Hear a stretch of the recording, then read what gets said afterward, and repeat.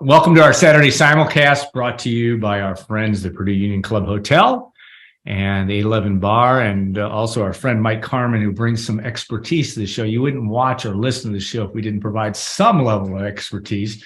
Mike will be talking, we'll talk a little hoops on the front end. Tom Dienhart will join us on the back end as Purdue's spring practices come to a close today. And we'll get to his comments as Ryan Walters will be addressing the media as well.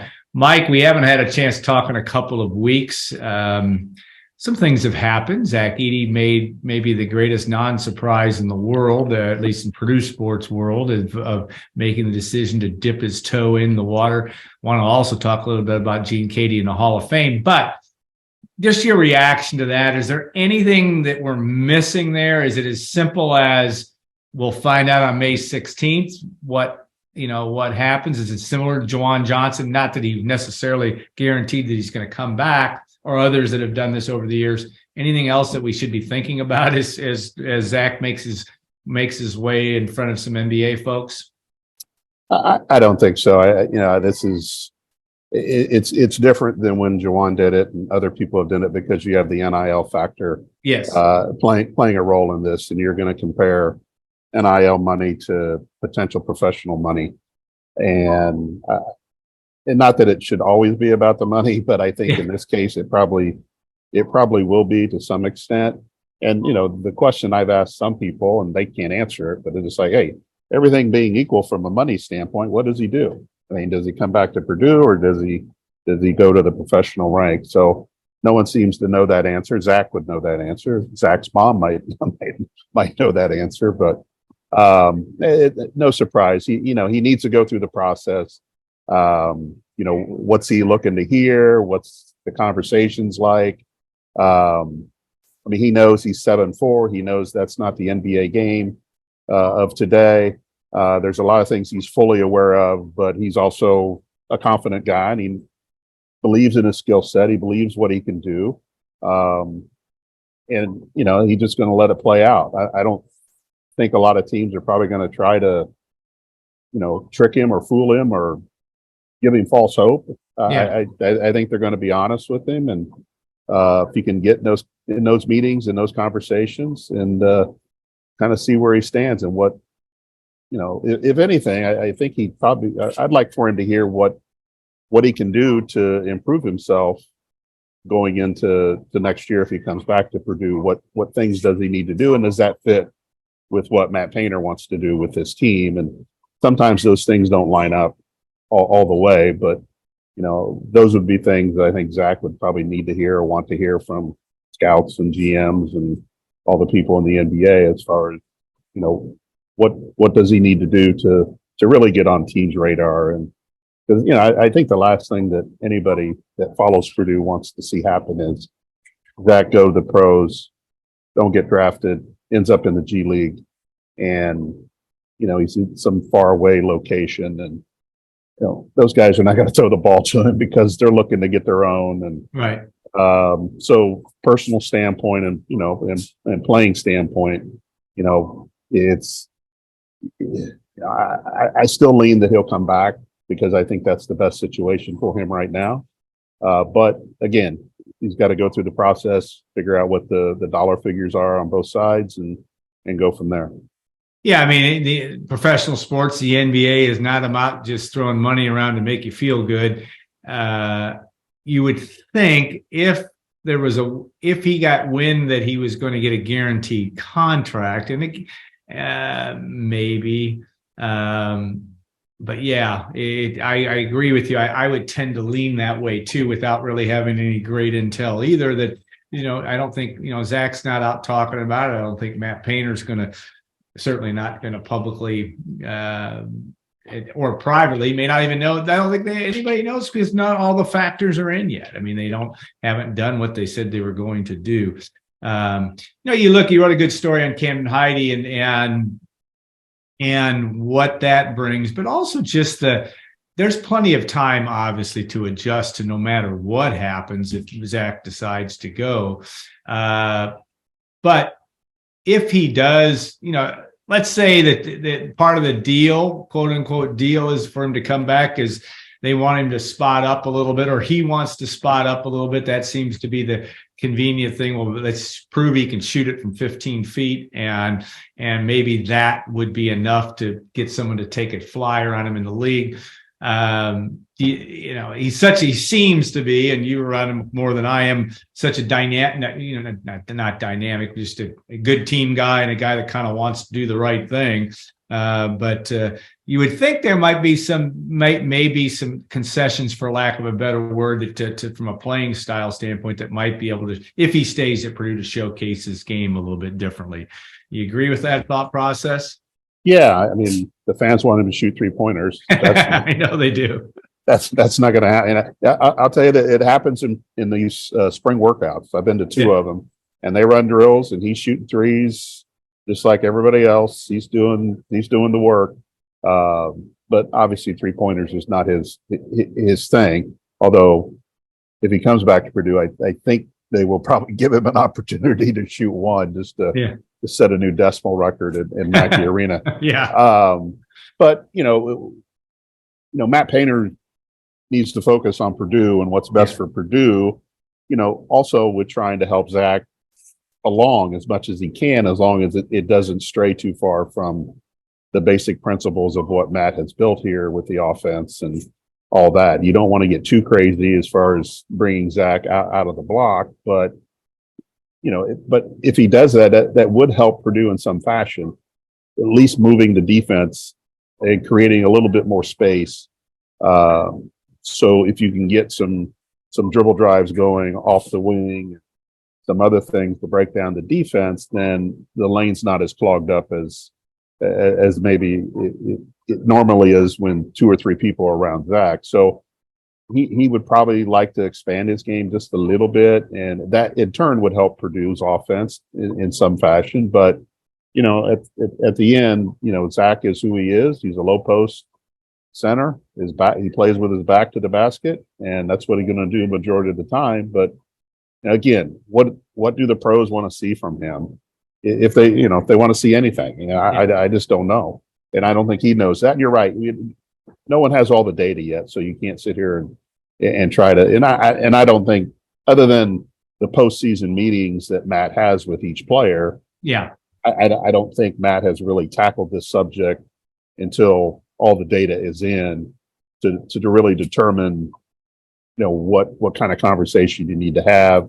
It could be as simple as Zach gets all the data, he comes back, he sits down with Matt, and he says, "Well, yeah, I'm going to stay," and then you don't have a conversation. Or, I'd really like to go type of thing, and that's Matt gets a little bit deeper involved in those things. But once all the data gets in, does he go to the combine? Does he play at the combine? Does he just go for evaluations and medical testing? All those things haven't been at least known yet as far as what he'll do. And he probably needs to get in front of NBA people just to do it, just to have that experience. But, those things are going to come in the next month or so. Yeah. If Matt Painter's anything, he's a pragmatist. I don't think he's one that is going to spend unnecessary motion on trying to figure out something you can't figure out. That would be my impression, and it sounds like you would concur on that deal. You were down in Houston, and just his ability to garner all those awards and how he handled that.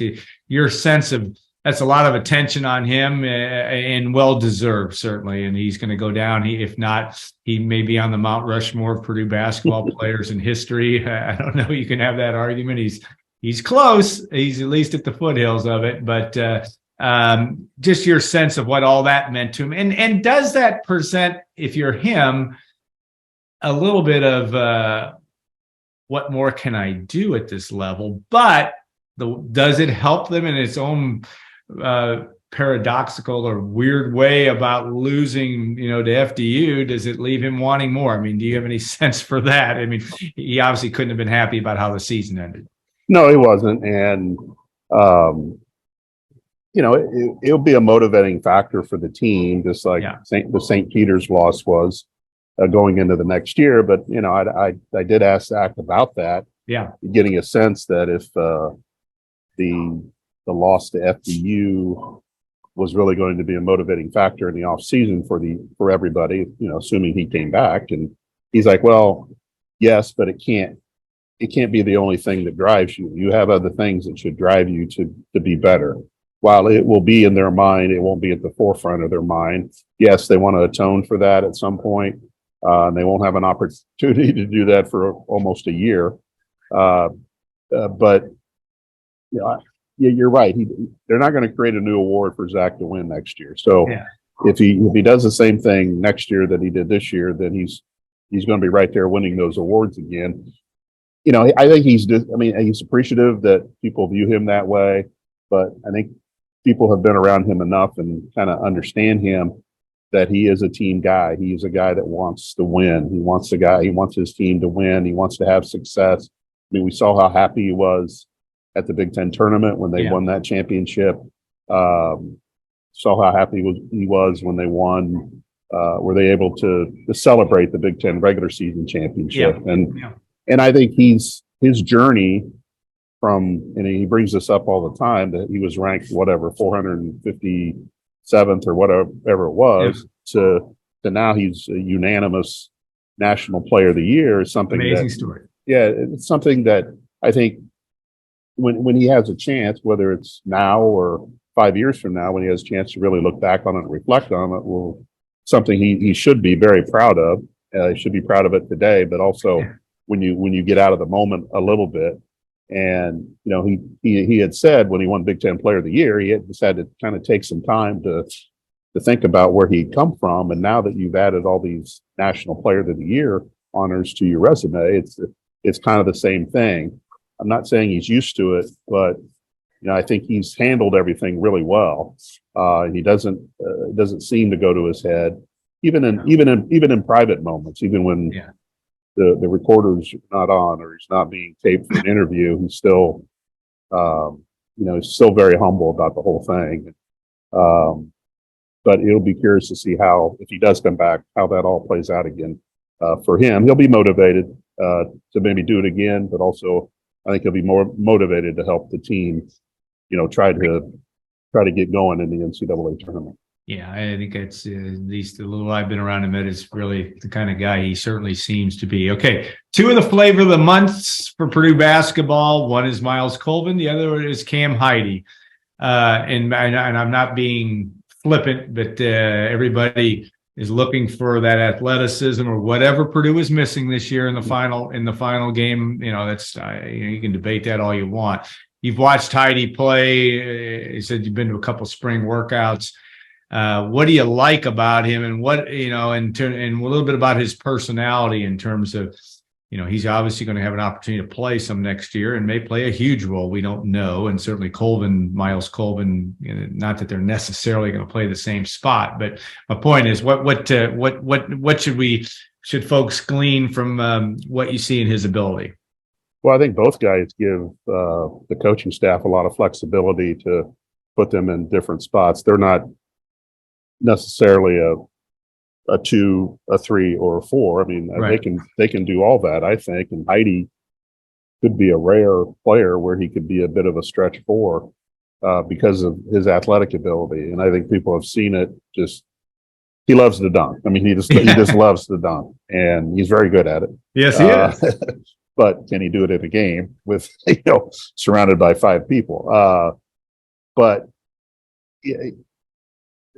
the flexibility that Painter will have with the lineups, being able to mix and match and do some different things with both those guys will be really interesting to watch, because they can play multiple spots. They can do different things, and they do bring probably a level of athleticism that this team did not have. But it's not all about offense. It's really in the addition of the guy from Southern Illinois. It's more about defense, being able to stop dribble penetration, being able to keep people out of the paint, keep guards out of the paint, and not let them break you down and force them into mid-range jump shots, which is not the most popular thing in the world these days. Heide and Colvin will bring that as well, and I think both can be really good shooters. They give them another 3-point element that, which is a big part of what Purdue does. So they'll get their opportunities. I really do think they'll get their opportunities to kind of see where they stand, see what they can do, and they're going to be able to move them around a little bit. They're bigger bodies, which should help from a breaking the press standpoint as far as going over the top a little bit. But the one thing you don't really see or can really tell, especially watching a spring workout or watching Miles Colvin in a dunk competition, is just the ball handling part. Are they going to be strong enough in the ball handling part? Which I don't know that right now. I think as time goes on, we'll learn that. But can they add that element also to next year's team, and how the makeup's going to be there? Yeah, going to be an interesting storyline to watch. Okay, Gene Keady, also down in Houston, gets an opportunity to go into the Hall of Fame, the Naismith Hall of Fame, and it's a pretty big deal, to say the least. You can debate whether it's been too long or wasn't. I was never sure he was going to get in, just because of the way things work from time to time. Still pretty hard to argue against, not that anybody is really doing that, but about his lifetime commitment to basketball. I mean, it's almost a lifetime achievement award, just because high school, junior college, assistant coach, mid-major to Purdue to USA basketball. I mean, is that how do you put it into context in terms of that ability for him to be named to that prestigious elite unit? I mean, he's certainly put the time in, and he's old school from the standpoint of how where it started at the high school level, then you move to junior college, and then you just kind of keep moving up. Where today's coaches, they start almost automatically on the bench of a Power 5 program. There's no progression there. But Gene, like a lot of others in his era, did it the hard way as far as going through all. He could have stayed at the high school level for as long as he wanted. He could have stayed at the junior college level as long as he wanted. He could have been a lifelong assistant if he wanted to, but it worked out to him, for him to get those breaks and know the right people and move up the chain, and obviously getting to Western Kentucky, and then the Purdue job opening up. And I asked him in Houston, I said, why did you take the Purdue job? Because, Bob Knight is rolling in Indiana. I know Purdue was coming off its Final Four, but, Indiana was still the team. He goes, well, I met Bob Knight and I really liked him. And he did things the right way. And I felt like we could get along and do things the right way. Well, they did. Yeah, they did. I mean, it was a rivalry. It was intense. Both wanted to beat each other. But I think from the get-go, they shared a high level of respect for each other, no doubt, based on how they were doing it. And Gene respected, Bob Knight for how he did it. I think Bob respected Gene for how he did it, and it just kind of meshed and came together really well to have that kind of theater for as long as we did, not only in the Big Ten but nationally, and that was always enjoyable to watch. But for Gene, I mean, it is a lifetime achievement award. Because of all the steps he's had to take to get here, and he could have stayed with football, and could have been a good one. I think he's probably rough and tumble enough to be a football coach and be a successful football coach. I think he would have been a great one. But he applied all that to basketball and worked really hard, and had a great staff around him all those years, and it was just. It was good to finally see him get in the Hall of Fame, because he was missing that one piece that kind of automatically gets you in there, and that's a Final Four. But the fact that someone brought this up to me, that he had won National Coach of the Year so many times, which tells you the nation was paying attention to what he was doing, not just the Big Ten. I mean, it's one thing to win Big Ten Coach of the Year, but to win National Coach of the Year that many times tells you that the nation was paying attention to what was going on. And, eventually I think he would have gotten in the Hall of Fame, but it's great it's happening now. It's great that, that he'll be with the group that he's in with, and it should be a moment that is truly celebrated by not only Gene's friends and everybody that knows him, but the Purdue basketball community in general. Yeah, I think that's true. I think it'll be a moment that coaches, maybe some of the older school coaches, will celebrate, just because, yeah, he did. He didn't get to the Final Four, whatever that means. Which means there aren't many that, John Chaney was the other one, right? And that didn't. Yeah, I think coaches that love coaching and love basketball, and most of them that do it at this level, have that affinity for the game. Obviously, that it'll mean a lot to them. It certainly is going to mean a lot to Purdue people for the long haul, because it's a very unique, very great opportunity.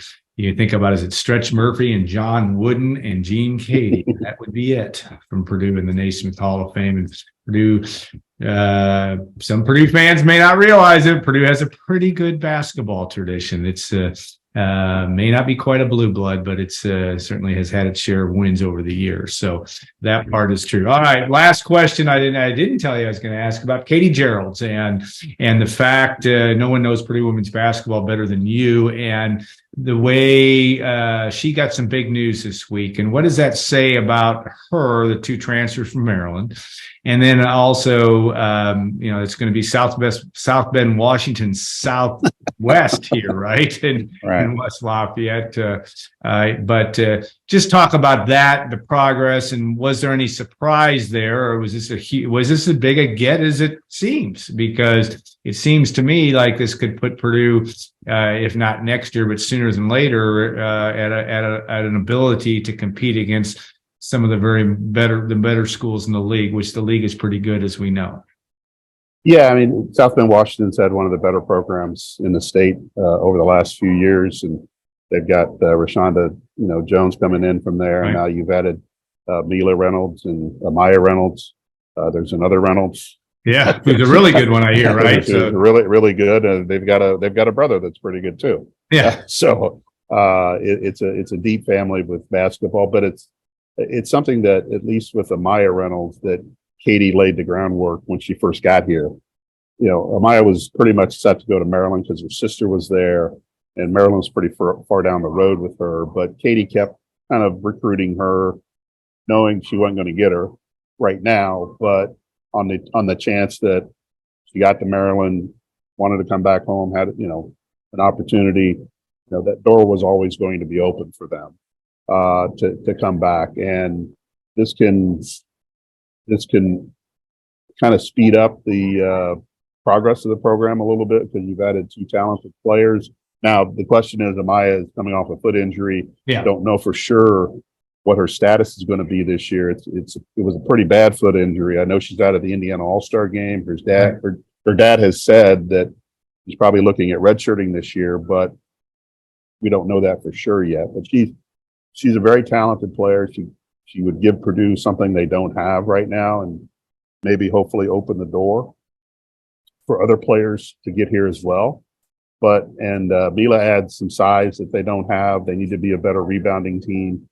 But it's a big lift for them because they took a step this year by getting in the tournament. Now, if you can get both of those players healthy and ready to go next year, that's going to maybe help them take another step next year, at least moving up in the Big Ten, getting out of the play-in game in the NCAA tournament, and going from there. And then, hopefully keep your recruiting going at a pretty high level to kind of get this roster back to where it's a annual contender for the Big Ten, and making a deep run in the NCAA tournament. So it's significant because they needed. I just felt like they needed a jolt like that to get things, to keep things going in the direction that they're going right now.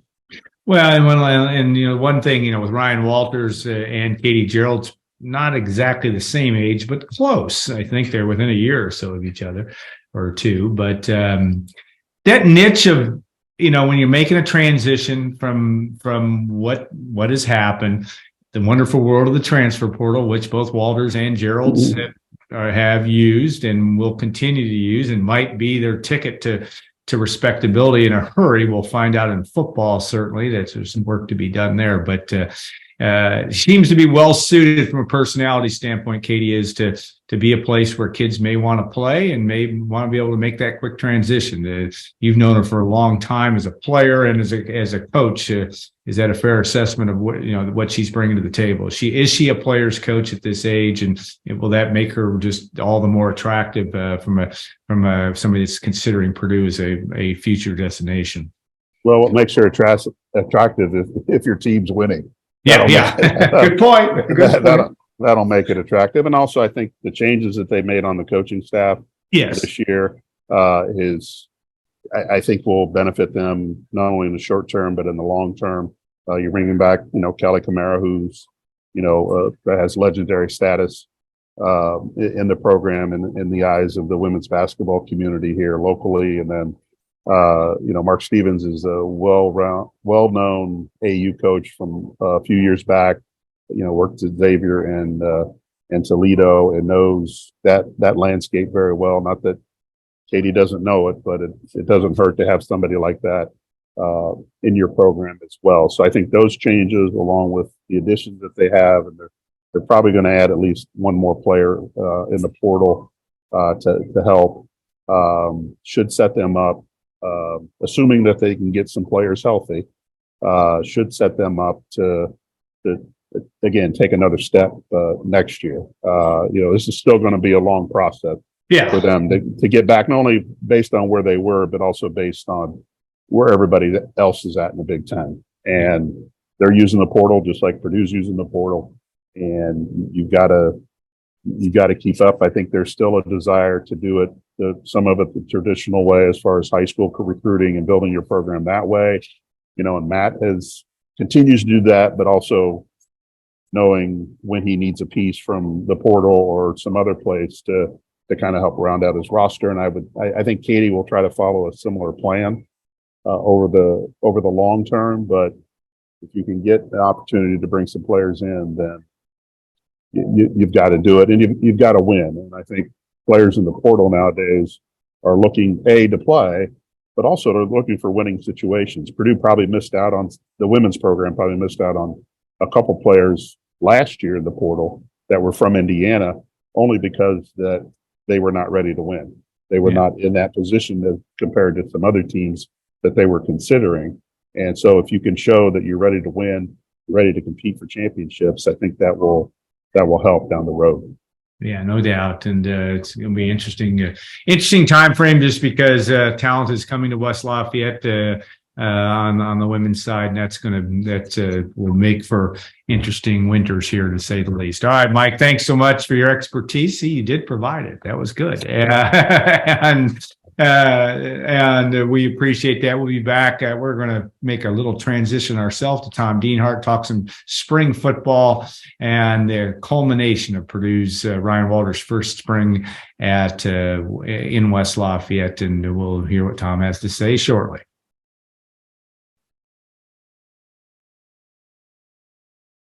Tom Dienhart joins us on Saturday Simulcast, and Tom, the last spring practice, you think about what a year it's been in football, from the fall till now. And now we're going to have a little bit of a respite in terms of at least being able to be around the program, but only in there for 4 periods today. So probably not a whole lot to see, but a lot of visitors and all those kinds of things. Just Ryan Walters talked, Hudson Card talked, Nick Carraway, et cetera. We've got those videos on the site as well, but hard to glean a whole lot from that, but anything that you take from those guys, they're all kind of looking ahead because that's kind of what you do in spring ball. Yeah, they had a scrimmage today. It was inside Mollenkopf. Lasted less than 2 hours. There were a lot of recruits there, Alan. I mean, the sidelines were packed. A lot of parents were there as well. And I sort of chronicled on Friday, I think, the key recruiting visitors that were going to be here. And probably a pretty nice list of guys. And also, Alan, portal targets were here too. And that's really intriguing. And I sort of break down who was who was in town from the portal to visit Purdue this weekend. Some very interesting guys, an SEC player, future Big 12 player, player from out west, and a Big 10 player were among the visitors. And they had a wide receiver as well from Conference USA in this week. So yeah, that's what's going to be interesting, Alan. Yeah. I asked Walters, what's next? Of course, he mentioned recruiting, continuing to evaluate the 2024 and 2025 high school kids and then the portal. And I asked him, how much different you think this roster is going to look from now to the point when you get on the field in August? And he goes, potentially a lot different. So we all expect that. And let me just say, it's going to be a pretty interesting couple of weeks coming up here.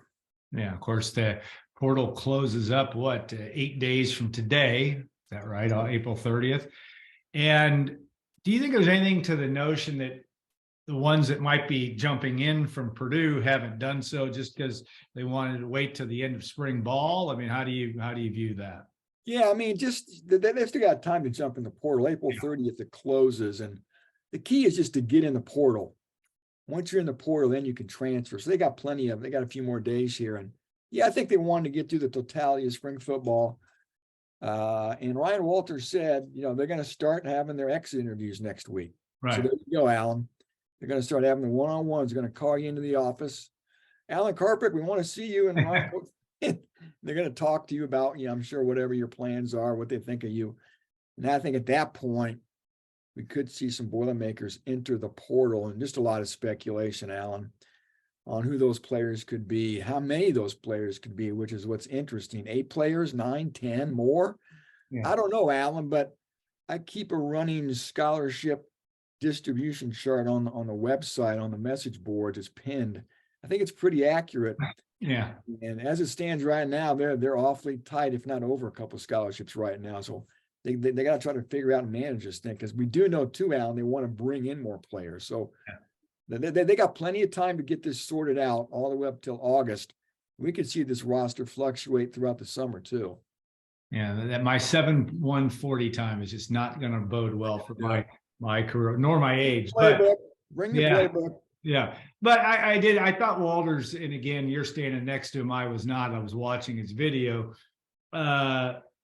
Clear that he's not winking, but he's clear that I think it's going to look a heck of a lot different. I think he's got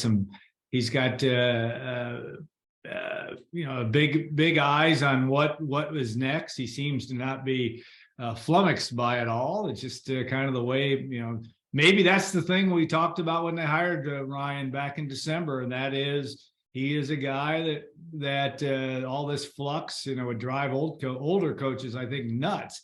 Mm-hmm. Doesn't seem to. I mean, the fact that he doesn't even have, he may not have. Who knows? We could do a over under of how many guys that we don't even have on the roster now might be starters by September the 2nd or whenever the season opener is. So that you're the same impression with him, that he's not being coy. He's just said, I'm really not sure exactly how it's all going to play out, but we're going to be aggressive. Yeah, you got to be flexible. I think maybe it was even at his introductory press conference, he alluded to this new normal of college football isn't foreign to him. He's a young guy. He's 37. He's not like me and you, Alan, where we're 1980. Stuck our ways. We're still at our 105 scholarship guys, and college sports was in a nice little box for us. Yeah, it's totally different now, and you got to embrace it. Change or perish. We all know that phrase. And Ryan Walters, he's embraced the new order age of college sports, football in particular. Embraces the portal, embraces NIL opportunities. He gets it. He wants to get talent here, Alan. I think he almost hinted today talking to him. He said, if to the point where if we get the players we think we're going to get. Yeah. Now, it gives you the sense he's in on some pretty nice portal guys, and the names that I've mentioned on the message board, I'm sure people have gone and checked them out. Those are some pretty nice prospects that have their boots on the ground in West Lafayette, that took the time to visit West Lafayette. That's how much they think of Ryan Walters and Purdue. So I get the feeling that they could score some pretty nice little guys out of the portal here, Alan. It's going to be fun to watch that in coming days, how that all unfolds and who does end up a Boilermaker here out of the portal. Now, you mentioned, I think Deion Burks is a little bit dinged up. It doesn't seem like, again, you're counting guys and looking at guys just in the first periods. Looks like they got through practice. He said, what was, I can't remember Yeah, exactly. relatively healthy. It was relatively healthy. And I guess that's about all you can hope for. I had a couple people tell me that, yeah, Deion sort of went down hard and was on the field for 5 or 10 minutes. And everybody took a knee and it got kind of hushed in there. They turned the music off. And then I was told he got up and walked off on his own power. So, and again, that was from multiple people. So yeah, A-OK. I think the total spring, Alan, I wasn't aware of any attrition injury wise. There was obviously so many key guys out all spring, and I chronicled those guys time and again during the course of spring football. And so again, that just sort of clouds the picture more. The practices and the time that we did see really largely was missing a lot of the key players. And we talked about guys from the portal who aren't even here yet. Yeah. So what we just watched, Alan, I'm not sure how much it was all really worth, to be honest with you. Yeah. Because of, again, so many of the key veterans, talking about Gus Hartwig, Brock Thompson, Garrett Miller, Kydron Jenkins, Scotty Humpich, Prince Boyd. You can go on and on. There are a litany of key players who didn't even take part in spring practice. And again, the guys are still going to get here from the portal. So again, this team's going to look a lot different once they line up in August for camp and get ready for Fresno State on September 2nd. He did mention, again, I'm just looking for mentions here. He mentioned Brady Allen or the backup quarterback situation. Didn't really say a lot necessarily about what you see. Any sense there on, Hudson Card is firmly entrenched. That's clear. He's probably one of the top portal guys around the country, and we're going to see if from all indications, he's going to be the real deal. But again, any feeling for that backup position to Brady Allen make some strides? Any way of knowing at this point? I don't think there's a real good way of knowing. I think Ryan Walters, paraphrasing, said he's basically like it was still a work in progress. Yeah. Not a big shock there. And then behind him is the true freshman Ryan Brown. Yeah. Those are your 3 scholarship quarterbacks: Card, Brady Allen, and Ryan Brown. And Alan, I feel confident saying that Purdue's looking for a quarterback in the portal. Yeah. And I think anybody that watches football, knows football, would think that would be a prudent thing. Nothing against Brady Allen. Yeah. Nothing against Ryan Brown. I just think if I'm the head coach of this team, I would feel a heck of a lot better, Alan, if I knew my number 2 quarterback had more of some veteran chops to him. And so we'll see where that lands. We'll see where all that lands. We'll see if they can talk somebody out of the portal to come here and be a backup quarterback. Yeah. So stay tuned there. And Alan, if they do bring in a portal quarterback, will that upset anybody on the roster now? I don't know. So my point is, there's still a lot of things to play out here over these next coming weeks and months. Yeah, it's going to be a big part of the storyline. Already talked also about, obviously, this is dead week, I think, on campus finals the following week. Mentioned the need for, obviously, attention to detail there by the players on this football team. But what's next for, that summer calendar? They come back second week of June for summer school. A lot of kids will all of them will, I think, take some classes. Just about all of them, I should say.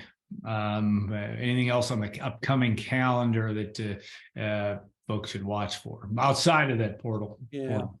Sounds like they're going to be off for most of May. Guys will get a chance to go home for a couple of weeks here, and then back at it for at least 8 weeks of training with Kiro Small, Coach Rowe, and then into training camp. So there you go. That's sort of what's up for the players.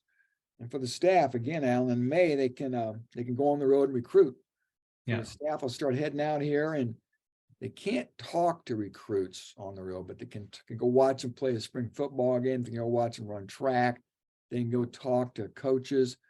So you'll see Purdue football coaches on the road in May continuing to look at 2024 and 2025 talent as well. And then, of course, portal recruiting too. Yeah. That's been going on and will continue to go on. So that's sort of what's next for the staff and the players. Yeah, man, it's strange not having a spring game, but I understand, and Ryan Walter seemed to be very, very pleased with the way spring ball in summation. Sure, he's going to say that, but I think he seems like an optimistic guy and also optimistic about the way things go. So any great last words of wisdom of encapsulating, if you're going to encapsulate this, what you've done on the site, but give me a verbal paragraph of what spring football meant at the end of the day. I think it was a get to know you time. Yeah. More than anything, that was it. They got a good 8 weeks or so together in January and February. They lifted weights and they did some informal things in shorts and t-shirts, but this was a chance to spend 5 weeks actually doing football things in football gear on football fields. So they got a better sense of their personnel, I'm sure, who can do what, maybe amplify what their needs are positionally even more, what they know is a strength. So I think that was the biggest thing.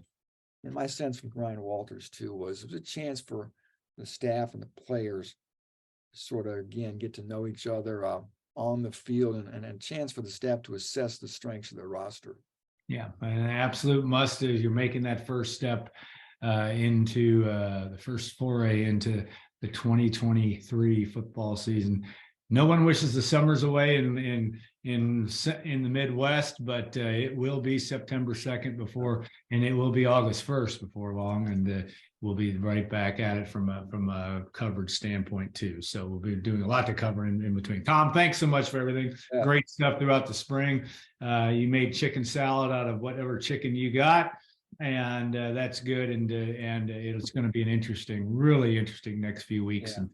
Yeah. We'll keep our eye on the portal, Alan, and then of course in June, that's a lot of high school kids commit. Purdue's going to have their camps over here too. So they have 6 commitments already for the 2024 class. I got one Friday from Jesse Watson, diminutive wide receiver from East St. Louis. So you'll see a couple of the high school kids pop here as well. And I was trying to think, Alan, when was the last time Purdue had a player from East St. Louis, Illinois? Boy, outside of Conzo Martin in basketball, I'm trying to think of what last football players they've had from down there. Arlie Connors and those guys, I think maybe back in that year. He might have been a St. Louis guy, though, right? I dozier Arlie Connors and David Cohen, the big offensive lineman, was from West St. Louis County. So. Yeah, Ian Stanback was an East St. Louis guy too, remember? So football-wise, boy, I can never remember Purdue tapping into that talent vein at East St. Louis, that traditional, proud, powerhouse East St. Louis Flyer program. Corey Patterson, wide receivers coach, credit him. He's the guy with all his tentacles in Illinois, especially that St. Louis area. They're probably not done, Alan, being able to pull some nice players out of that region. Yeah. Again, new staff, new opportunities, and we're watching that unfold as we speak. All right. We want to thank everybody. Thank the Union Club Hotel, the 811 Bistro. Tom gets to have a smile on his face because at least he's made it through another spring football and done a great job doing that. Thank again also Vicki Wicks and Otis White and the folks at the Union Club Hotel. We appreciate them. So more to come from this, more portal talk. We'll be back. I probably have a show next week. I'm not sure we're going to be every week throughout the summer, but there'll be news going on. So we'll be hitting this. We all know you can't live without Saturday Simulcast. Get people working out the gym. We got their podcast and they're listening to us. So I guess that's a good thing. So, all right. Hey, Tom, thanks again. And we will look forward to much more of this here in the weeks to come.